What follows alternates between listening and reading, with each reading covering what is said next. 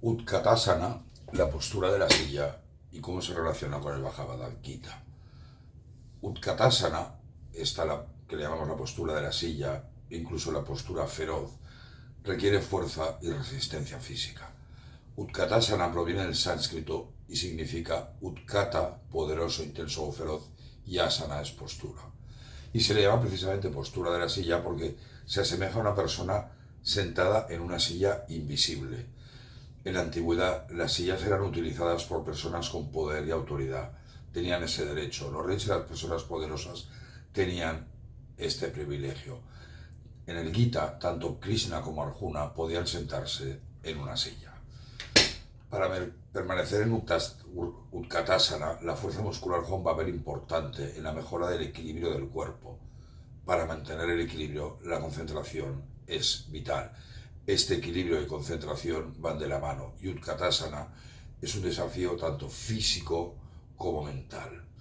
La ligera flexión del cuello con los brazos extendidos encima de la cabeza y la mirada en Dirsti, en las palmas de la mano, mejora también la concentración.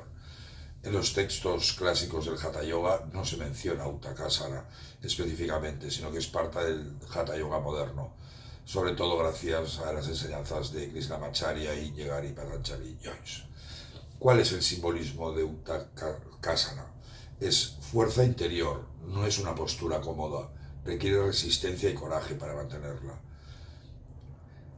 Significa también una especie de poder contenido, aunque parece una asana estática, es muy intensa internamente, como una flecha que se tensa antes de ser lanzada. Y estabilidad ante el desafío, representa soportar la incomodidad con dignidad, algo muy valioso en el camino del yoga, y recordar que es como una silla imaginaria. Utkatasana te enseña a estar firme y fuerte incluso cuando el cuerpo tiembla o la mente quiere rendirse. Voy a comentaros algunos versos del Bhagavad Gita que podemos utilizar para Utkatasana. Recordar, bueno, soy Pedro Noney, traductor y experto del Gita. He escrito este libro que contiene la traducción del Gita de Gandhi. Si deseas más información sobre cómo armonizar las asanas con los versos del Gita y de los Yoga Sutras de Patanjali, considera seguir la formación Espiritualización de Asanas con el Bhagavad Gita. Es importante señalar que este vídeo solo contiene un resumen muy pequeño de la asignatura. En los materiales de estudio encontrarás mucha más información sobre cómo espiritualizar esta asana. Utkatasana y el Bhagavad Gita pueden relacionarse a nivel filosófico y espiritual dentro del yoga. Aunque el Gita no menciona directamente Utkatasana, recordar que solo en el capítulo 6 se hace referencia a asana, sí que ofrece enseñanzas que pueden aplicarse a la práctica de esta postura y al yoga en general. Por ejemplo, disciplina y esfuerzo, ecuanimidad ante los desafíos, recordar que la ecuanimidad mental es fundamental en el camino del Gita, aceptación de nuestro propio Dharma, del Swadharma, y acción consciente sin apegarnos a los resultados, que vendría a ser el principio del Karma Yoga. Los siguientes versos del Bhagavad Gita pueden usarse para Utkatasana. Una sería el concepto de que hasta un rey puede alcanzar la perfección. Y hay un verso precioso del capítulo 3, el verso 20, que dice: el rey Janaka y otros reyes alcanzaron la perfección al realizar sus deberes prescritos. Incluso teniendo en cuenta la necesidad de mostrar el camino correcto a las masas, debes trabajar.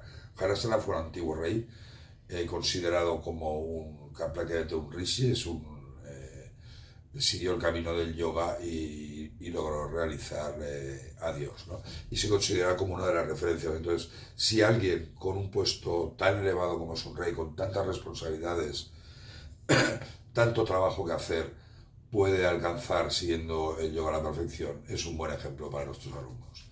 Utkatasana es la habilidad en la acción, otro de los principios del yoga, ¿no?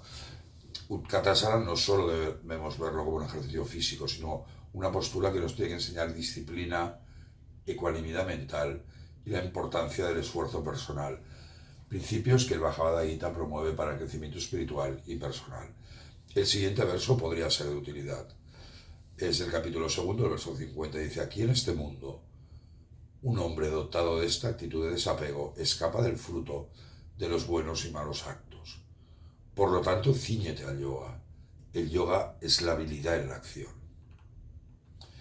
También podríamos usarlo, relacionar Utkatasana con la disciplina, con las tapas en el Bhagavad Gita. Esta postura exige disciplina, fuerza de voluntad y superación personal. Enfrentar la incomodidad y la resistencia del cuerpo en esta postura nos ayudará a fortalecer la mente, desarrollando el concepto de etapas, que podríamos decir que es austeridad o autodominio, que es esencial para la práctica del yoga. Podríamos usar el siguiente verso, el 28 del capítulo 4, que dice: otros ofrecen bienes materiales para el sacrificio, con austeridades, tapas, con yoga, algunos con la adquisición del conocimiento y algunos con su transmisión. Todos estos sacrificios son rigurosos votos y serios esfuerzos.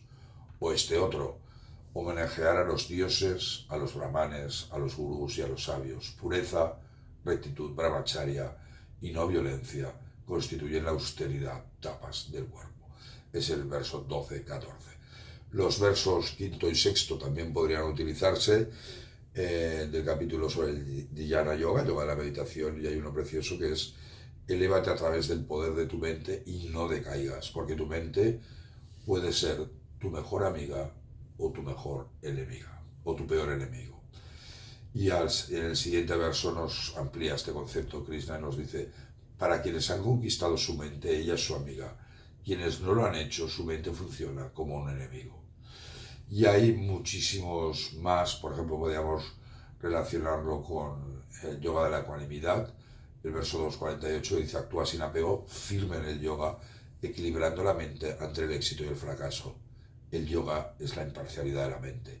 También podríamos utilizarlo con el Swadharma, con nuestro propio deber, y recordar que hay un verso del Gita que nos dice: es mejor seguir tu propio deber, es decir, el Swadharma, aunque manchado por el defecto, que cumplir perfectamente con el deber de otro. Mejor es morir en el cumplimiento del propio deber que seguir el camino de otro. Muchas gracias. Om Namaste.